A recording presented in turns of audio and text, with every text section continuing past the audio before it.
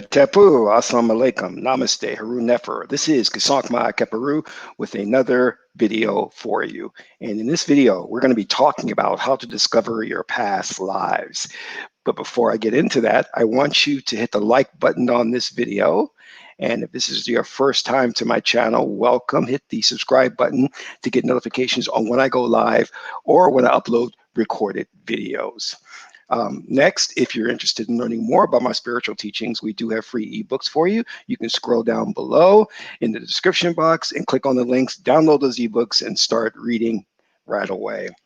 If you want to take your spiritual journey to the next level, you can become a Patreon supporter. You can do so for as little as $1, $5, $20 per month. There is no obligation. You can cancel at any time, and you'll get exclusive access to all kinds of instructional videos on how to invoke a spirit, how to create a talisman, how to work with the oracles, how to do self-hypnosis. And starting tomorrow, Thursday, October 1st at 7 p.m., we'll have a Ma'at book club where we'll be going over the book Ma'at is here. Ma'at, the 11 Laws of God. So that is going to be an awesome book club. We're going to be meeting every Thursday to go over that book, dive deeply into that, to understand Ma'at and her love. So to participate in that, be a Patreon supporter, and your support is appreciated. Last but not least, please share this video with family and friends so we can get this revolution started. So I want to talk a little bit about how to discover your past lives. And this is very important because this present life that you're going through is a continuation from your past life. And of course, we live in a corrupt society that doesn't teach you spiritual knowledge, spiritual wisdom, and it has eliminated priests and priestesses, shaman and shawoman, has also eliminated the oracles. So you have no way of knowing who you were in a past life. And the trials and tribulations that are going on in your life right now are a direct result of what happened in your past life. Sometimes we'll see individuals and say, well, why do they get things easy? Why are they rich? Why are they this? And that's because they have done things in the past life that had set themselves up to where certain things may come easy, what it seems like easy for them. Now, it doesn't mean that they've done things in their past life to where good things will happen to them in this life. Because remember, too, he tells us that nothing has a quality in of itself. So don't look at something as good, or that they have it easy. You must understand that your goal in life is to become Osir, to rise to that level, to allow Osir, whose consciousness is within you, to rise. And the only way to do that is you're going to have to go through trials and tribulations to strengthen your spiritual muscle.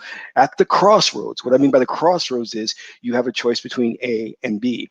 A is to go and follow your Sahu base emotions, and B is to live spiritual, devoid of allowing emotions to dictate your actions. That is the point. But we go through life and we get thrown here and there, never realizing that these individuals that we meet, these circumstances that we encounter, are really coming from the past life. That's right. The people that you're encountering now, you're having interactions with, maybe your doggy, just kidding, your girlfriend, your boyfriend, your boss, your mom, are all people that have carried with you or reincarnated with you into this life to continue the past life lesson. Now, we know that, I've talked a lot about this before, about, when you pass on, you go to the hall of Ma'ati, and you go, and your heart is weighed on the scale against the feather, and your heart must weigh lighter than the feather, demonstrating you are light-hearted. You have not taken anything to heart. This is why in the Kemetic culture, we practice Mineben Anka Ma'at, keeping the heart still to live truth. So that the goal is that when you are not attached to anything, and nothing emotionally moves you, and you are a seer, like a mummy still, then you have the opportunity to stay in the inner planes and to guide souls there, or to come back as a sage and guide humanity. You understand? And the most important thing you need to take away from this is that God placed this consciousness within you. You made an agreement with God to use the vehicle, the Geb body, to come to here, Earth, terra firma, Gaia, to experience obstacles, obstructions, pain, pleasure, so that you can spiritually grow, because you have to infinity to evolve, to become Osir. When you're dealing with 5D, there's no concept of space-time. So Neter, Nebecher, gives you to infinity to become Osir. There's, there's no time limit on this. God is not saying you have 3 lifetimes to become Osir, and if you don't, you're flunk. No, you have all the time in the world, but you must become Osir. So I want you to understand that is the goal. Now, you know, one of the things that we do in our community, we do an incarnation objective reading for you, an oracle reading to determine what is your destiny. And that kind of reveals what you went through in your past life, because you're carrying over that theme into this life. And then you're wondering why, wow, why am I getting my butt kicked into this life? Why can't I keep a man? Why can't I keep a woman? And you don't have insight as to those problems are coming from a past life. So I want to present to you a case study of me, my example, so you can understand how to discover your past lives and the impact it has on the present life. It has a profound impact on the present life, and we don't even realize that because the society is devoid of wisdom. And I'm going to get into a little bit about there are certain spiritual teachers who are teaching you the wrong concepts. Like, for example, the idea that your past lives were happening in the past. When you get to 5D, there's no such thing as the past or the future. There's only the present now moment. So what you erroneously define as a past life is actually happening right now. And when you have these memories of the past life, you're really drawing from present experiences, because there is no past, there is no future. There is only the now moment. And in this now moment, what's happening is what I call the singularity. All things converge or are happening at once. Let me say it again. All things converge and are happening at once. As you sit here, you may be on a slave ship right now. You may be in Nazi Germany. You may be in Kemet, Egypt. You may be in a Chinese dynasty. You may be in a past Mayan culture. At this particular moment in this time, you are experiencing that right now, and you draw from those memories and you pull that information and integrate it into you. But you mislabel it as a past. We got to get out of that. It's not a past. And the trick is, I don't want to make this more complicated, but the minute that you accept a new belief system, you shift to a new past and you access a new past memory, because the present determines your past and the present determines your future. The actions that you take now will shift you to a parallel reality where you will access a new past and a new future. When I work with clients who've had trauma in their lives, specifically from their parents of being physically abused as children, I implant a new memory. And when I have them transcend the pain, then they access a new memory of new parents, totally new parents who didn't abuse them. Now, the ruling elite knows this technology, and they use it all the time by implanting viruses in the collective consciousness. And they get us to shift to different parallel realities. And we don't remember or recall that they did this, because once you shift your present belief system and you access a alternate past, you don't remember the old past. This is why we as a race have race amnesia. They have rewritten our past to where we think it was primitive people, cave dwellers, not knowing that our past really was one of high technology, high science. But they have implanted a virus in the collective consciousness of humanity, and we now access a past that is not correct.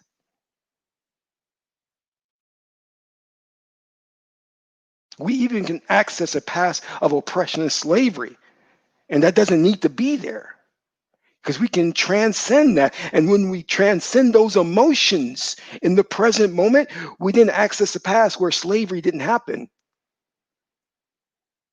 but we won't even remember it anymore because it doesn't serve us. That memory would not serve us because we are not free from the pain of it. So when we go to the oracles, we ask the reason, why are you coming back to earth? What is the reason you're coming back to earth? What is the theme that you must explore? You see, Neter Nebuchadnezzar wants to explore itself. It has infinite knowledge, infinite wisdom, but it lacks experience. Because in the beginning, there was only the one, and the one had nothing to interact with, so therefore there was no experience. And then Neter looked back upon itself. It means it split itself, individualized itself, from the one became the two, so it could look back upon itself and say, this is who I am. Now I can have an experience and interact with myself. So all the people that you're talking with and going through the experiences, you're interacting with yourself as God, as Neter, as source. Do you understand that?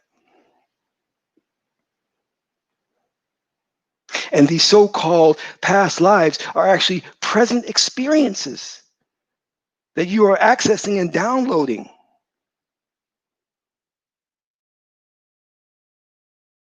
When I first began my journey into the priesthood, I was disturbed by dreams that kept haunting me over and over again. And one of the dreams was about this cabin, and I lived in this cabin. And I would do odd things like collect incense and take my toys and invent things like robots. And I had a fascination with the planet Jupiter, governed by Ma'at. Then my family, we moved from Virginia to New York, and we happened to move next to a junior high school called Benjamin Banneker. And I would walk by that school every day on my way to work. And something perplexed me about it. And then one day in priesthood, we started talking about past lives, and I was like, well, I don't know what my past life was, and I think I'll never know. And then I recall being in the basement of a Barnes and Noble, and I picked up a book on great Black inventors. And in one chapter, there was an image of Benjamin Banneker, and I had an anxiety attack. I couldn't breathe because when I saw the image, I knew right away that that was me. That was me. I literally freaked out and had an anxiety attack in Barnes and Noble. And from there, I went to the Oracle, not realizing the implication of what I was doing.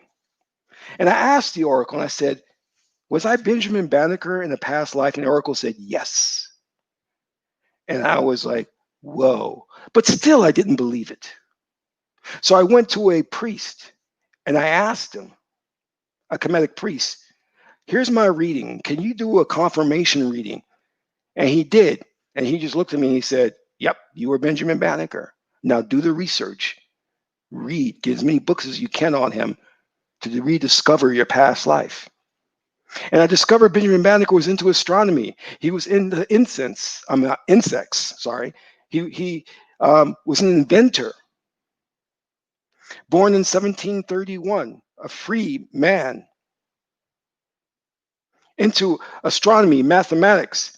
He built a clock out of memory just from seeing one that was presented to him. He was one that laid the foundation for the Washington Monument. He's an abolitionist. And he lived alone in a cabin. And now it all made sense to me. I was remembering that past life or that present life that I was accessing. And I knew that I was Benjamin Banneker. And the one thing that I learned from studying him intensely, he had a passion for the sciences. And I remember being in junior high school, and my teacher would say, what do you want to be when you grow up? I said, I want to be a scientist. I don't know what field, but I just want to be a scientist. And I had a passion for insects and bugs, and so did Benjamin Banneker. And I began to write these little books that I would distribute to the other kids. And then when I read that Benjamin Banneker wrote almanacs, I was like, oh, this is making sense. And then the most important revelation started to happen. Benjamin Banneker died alone. He was a loner. He lived by himself. And I had problems in my early years with relationships, and I always wanted to be alone. And I realized I was just continuing the past life. You see, what I'm trying to get to you is that the emotions, the things, the careers, the inclinations that you have in this life come from that past life. It is a strong emotional impulse to continue those things. Now, here's the one profound thing. I always had a terrifying fear of cigarettes and tobacco. Terrifying fear. Almost had to seek psychological help for it. Come to find out that Benjamin Banneker worked on a tobacco farm.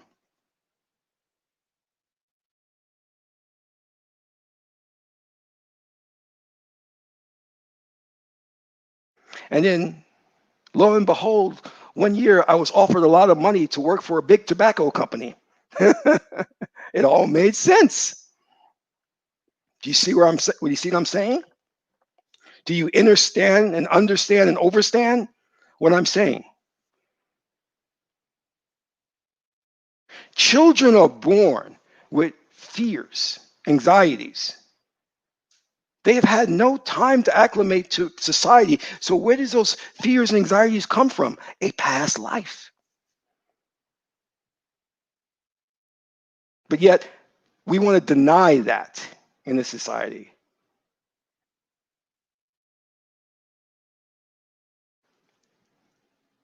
I've always had trouble working with people.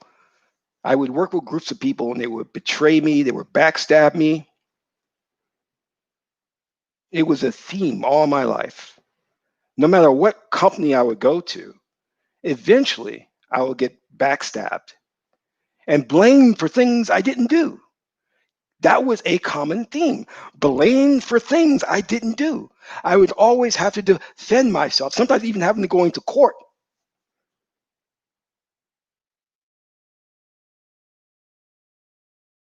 And I was like, I'm trying to live truth. I'm trying to live ma'at. And I'm getting blamed for things I didn't do. Why? Got a call from a brother in the priesthood and said, Kesak, you got to go see this sister. She's a priestess, but she doesn't follow the Kemetic way, but she is the most accurate priestess I've ever seen. She will do a past life reading for you and she'll dive deep into it. So I took the trip all the way up to Brooklyn and met with her, and it was a profound experience. She told me, she says, you were a priest in Kemet, and you were starting a revolution, but you were betrayed by the people you trusted most. And then you went into hiding and you went into a depression state. So I call you the wounded warrior. And she says, in this life, people will betray you. Inner circles will stab you in the back. And there's nothing you can do about it. You will have to endure. That's part of your lesson. And I was like, whoa, that makes sense. Every job I've gone to, every organization I've been a part of, I've been backstabbed, lied on, betrayed.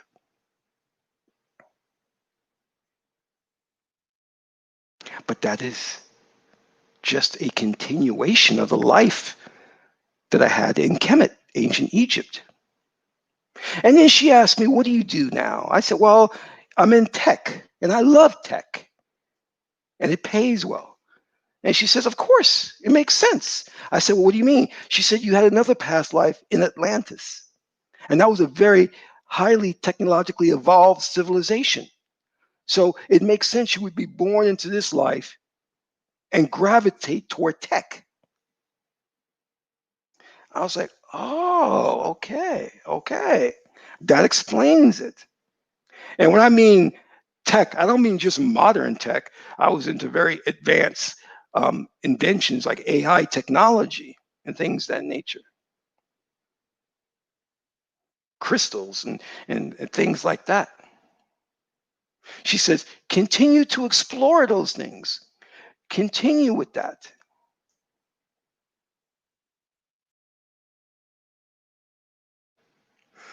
So I want you to understand that those past lives,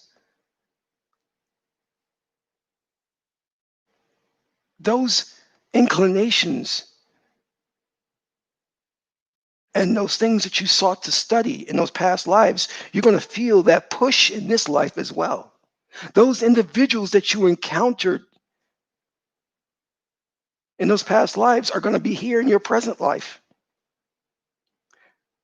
The woman you married in that past life, the man you were with who abused you, they're going to reappear in this past life.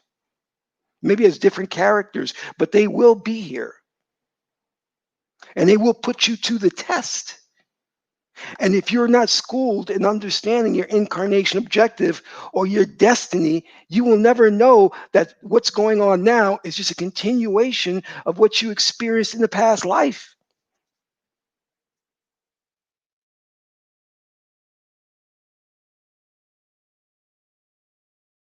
Stop looking at your life as if it operates in a silo. It doesn't. It is connected to the past.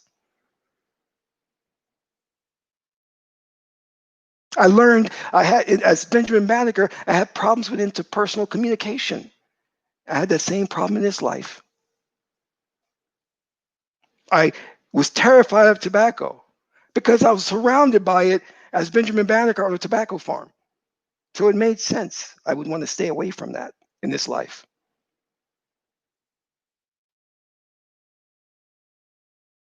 I had problems with relationships with women as Benjamin Banneker.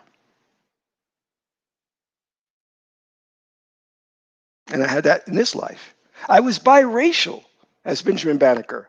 And the same thing as this life. It's all just a continuation.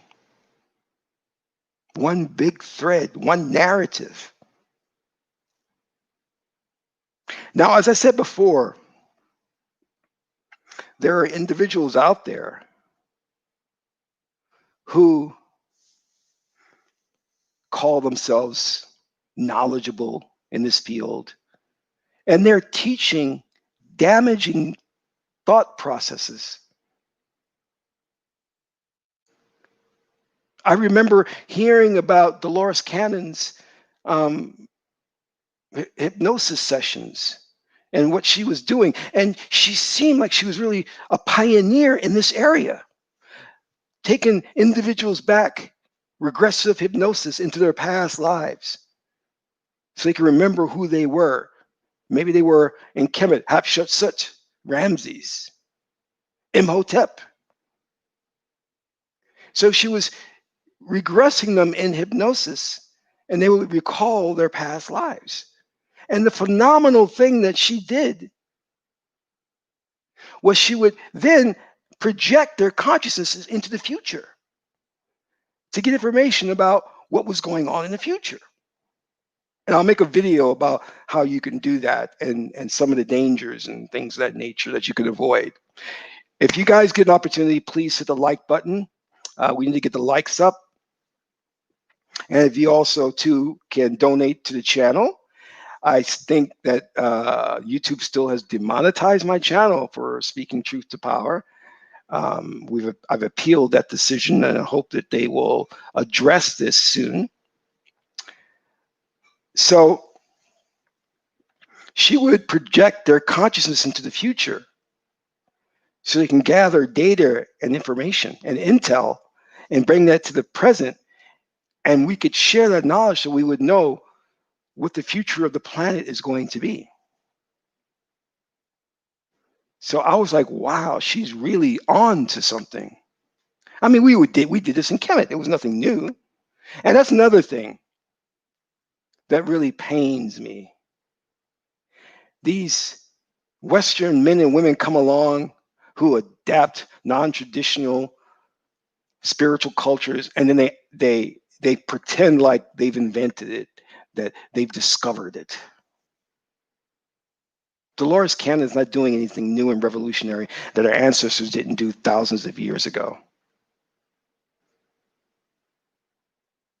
I'm not trying to throw shade on her, but I'm tired of Western men and women laying claim to our ancient cultures and lying about it. State the source, give credit where credit is due. That's why I like Ricky Martin. Ricky Martin was like, yes, the beats, the drums come all from Africa, come all from Africa. I was like, hey, there you go, man. Admit the truth, you know? And I admit the truth. I give credit where credit is due. The only reason I'm so pretty is because of my mother and father. All right. So there you go. I gave credit where credit is due.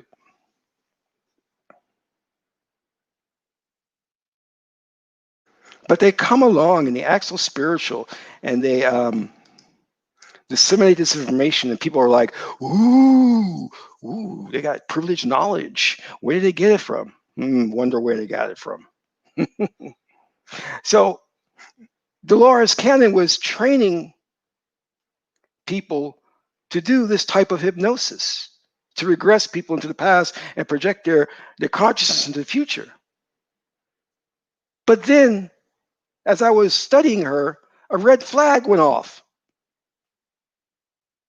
because people who had regressed into the past said they would meet Jesus or that they were Jesus. And I was like, whoa, hold on now.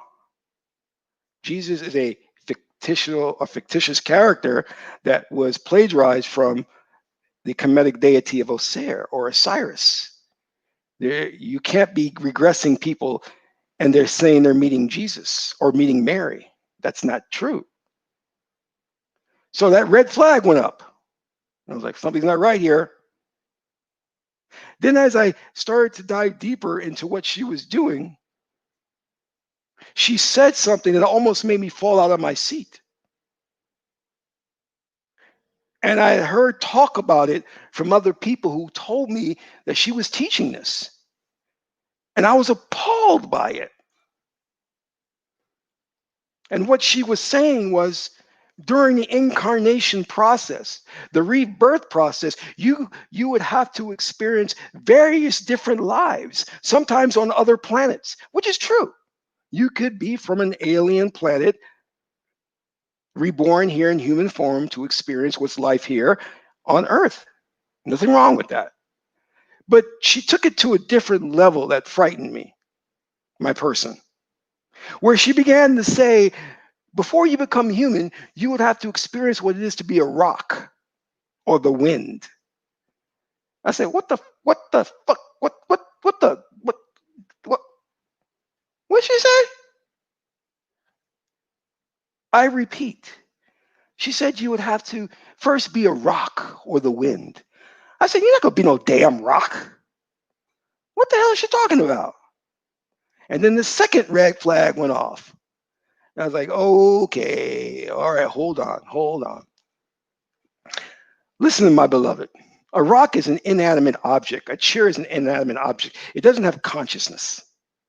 But let me play a little bit of a snippet from what she is teaching. And I'm not trying to throw shade on her. I'm just trying to clear this up so you understand fully.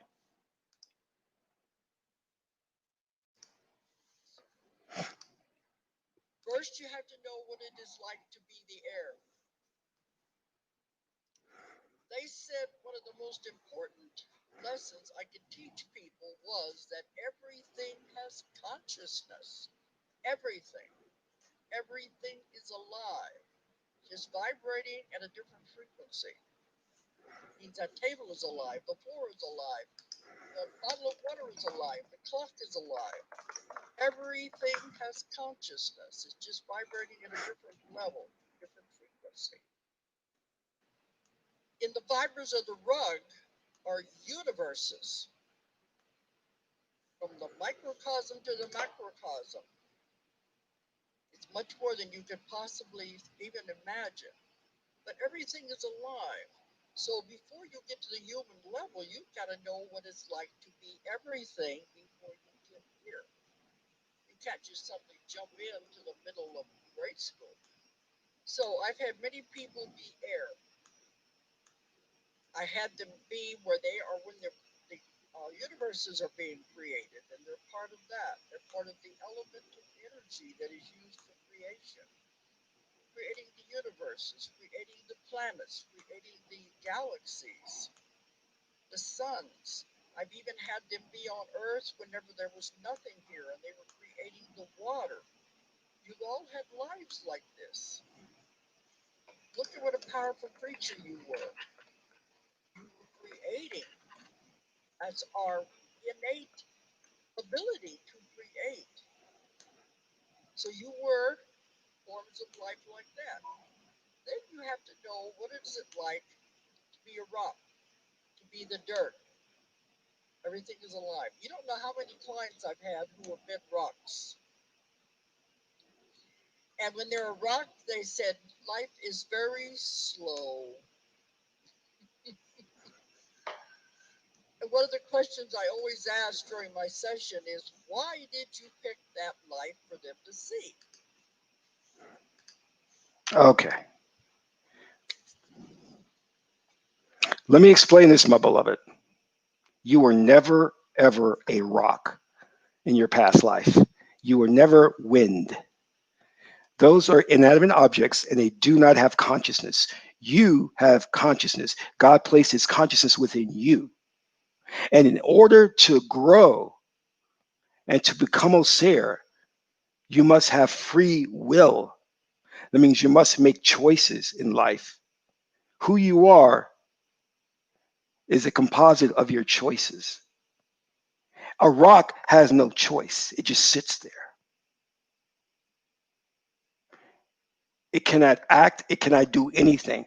It is pointless for you to manifest yourself as a rock, to manifest yourself as air. You are God. And the Bible says, let us make man in our image, not let us make man into rock. You are a divine being. You are not an inanimate object that is devoid of consciousness. And I'm going to tell you why she has made that mistake. All right. You live in right now the objective realm. It is full of objects, it's individualized so that you have things that you can interact with, meaning you are separate from things, or you perceive yourself as separate from them. You're separate from the chair. You're separate from the door. You're separate from the building. You're separate from the house. You're separate from the car. This is what we call the objective realm, so that you can interact with these things to gain experience. How do you get experience? By choice. How do you gain choice? You must have a free will. Animals don't have a free will, they are dominated and controlled by instinctive behavior. They are compelled to do things.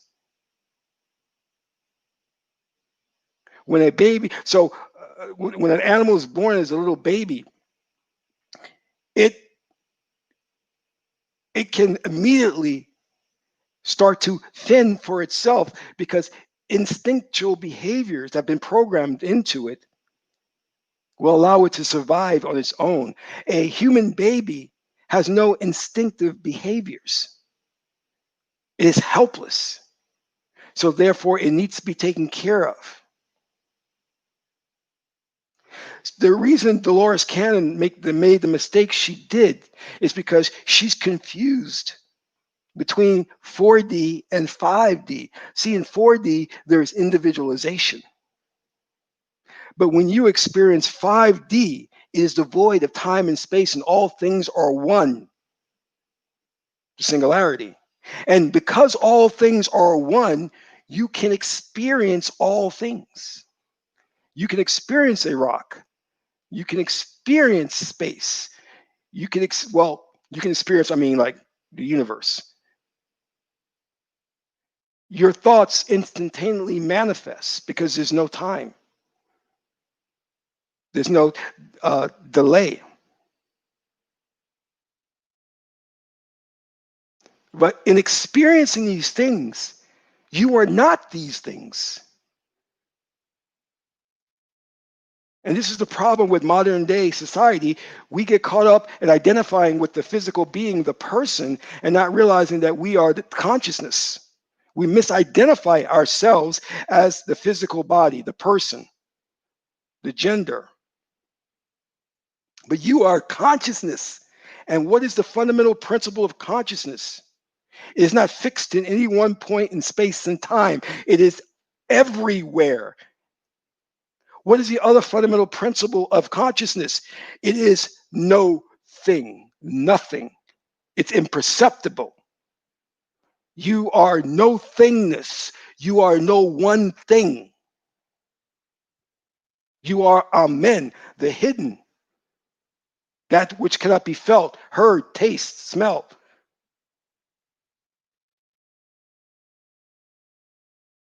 So don't come and tell me in a past life you were a rock. No, you were not. It is an insult to God and to you as a divine being to equate yourself to an inanimate object that doesn't have consciousness.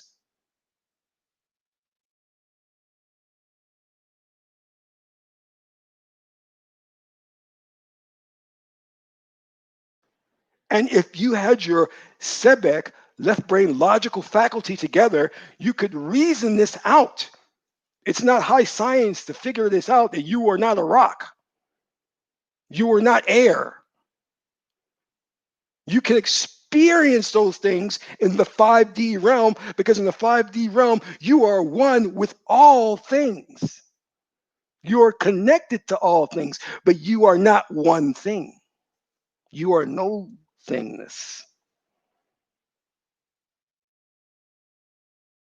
How she makes that fundamental error beyond me. And to teach this nonsense. So that means that before you can become human, you have to experience what it's like to be a rock here, every rock here on Earth, every rock on Mars, every rock on Venus, before you graduate to becoming a human. That is nonsense.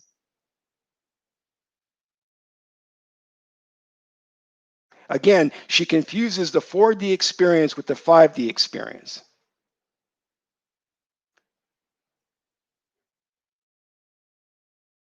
So I want to just get that straight. And again, you are incarnated here with a theme you must explore, a destiny. And the determination of whether you spiritually grow or not depends upon your free will, your ability to choose, to go left or go right. That will determine when you become Osir. If you, at the crossroads, ignore your emotional compulsions, then you graduate from Sahu to Abman to Bahman or woman. You graduate.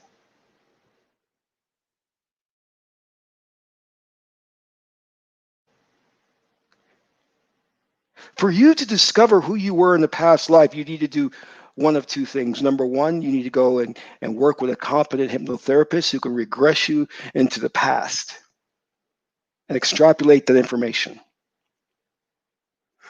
The other thing you can do is to take stock, take an audit. What are your likes and dislikes in this present life? Because those things are going to give you a key to what you did in your past life. What are your hangups? What things bring you pleasure?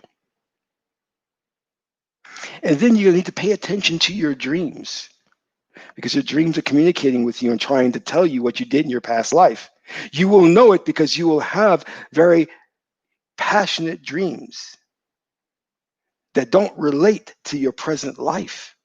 You may see things like I did, like a strange cabin or a person or a house. And you'll wonder why you keep dreaming about that. What does that mean? that is coming from your past. And it's trying to awaken you so that you understand what your mission is in this present life, so you don't repeat the mistakes that you did in the past life. Because if you repeat the mistakes, you'll come back again and do it all over again. No one wants to do that.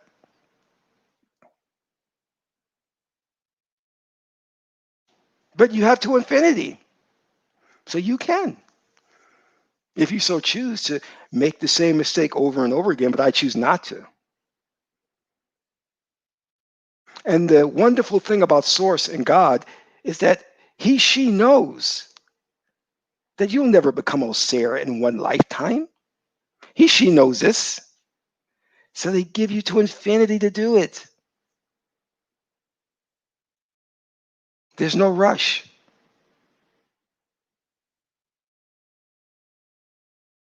And when I began to see these themes from my past life, I could connect them to the present life, and everything made sense. It all made sense why I was going through these difficulties and these obstructions. And sometimes you may have to pay off what we call as a karmic debt. And what that means is you have done something. Now, we're not saying good or bad, where you must now atone for that or pay the energy back in this life.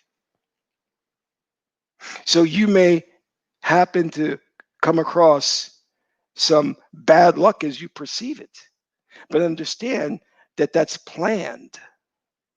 It's coming back at you from a past life. Again, we're not going to label things as good or bad, but we're just saying that these circumstances and these situations are here to help you grow and to further you. And you'll have to come to grips with sometimes there's nothing you can do about it. You may say, why is it every time I get involved with men who don't love me? Well, that's coming from that past life, and you're going to have to deal with that this lifetime. And you may never find a man who will love you, but you must be at peace with that. It's coming from a past life. Now, can that be corrected with great difficulties? Yes. You have to go deep into trance and reprogram you and somehow change that soul contract, which is a very difficult thing to do, but not impossible.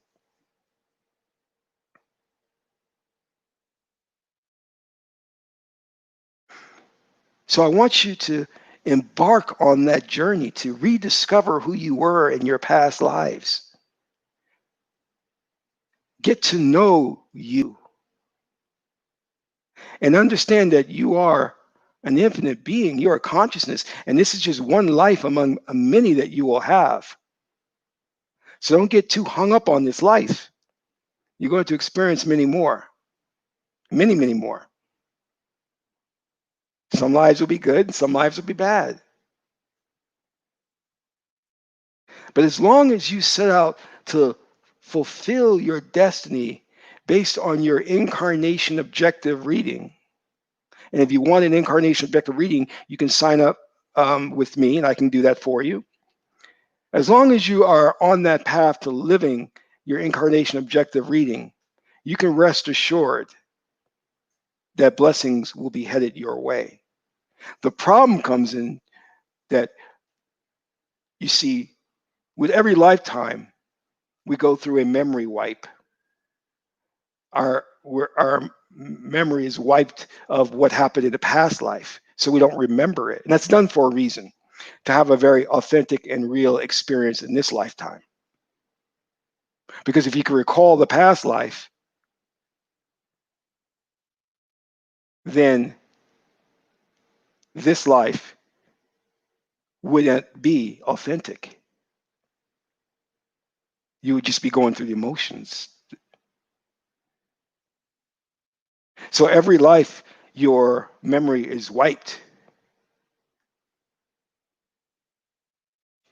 Now remember, God is not without mercy. So God places in this life sages and oracles And he puts them in your path to help you rediscover who you were and understand your destiny. So you don't have to go bumping your head against the wall and repeat the mistakes of many, many past lives. God is good in that way. So I want to thank you for tuning in to this broadcast. There's so much work that needs to be done, my beloved. The ruling elite has destroyed our culture, given us race amnesia.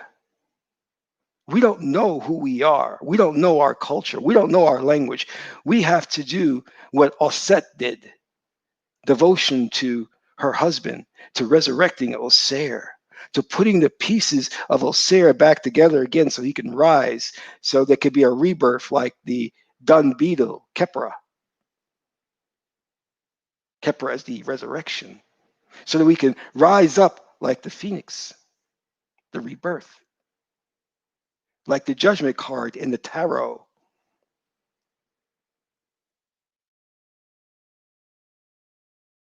And when you discover who you were in that past life, you will make this life all the more easy. This is Kasak Ma Keperu, son of Ma and Tahuti. Ma'at is the beautiful God that said Aru. Until my next broadcast, I'm in Ra.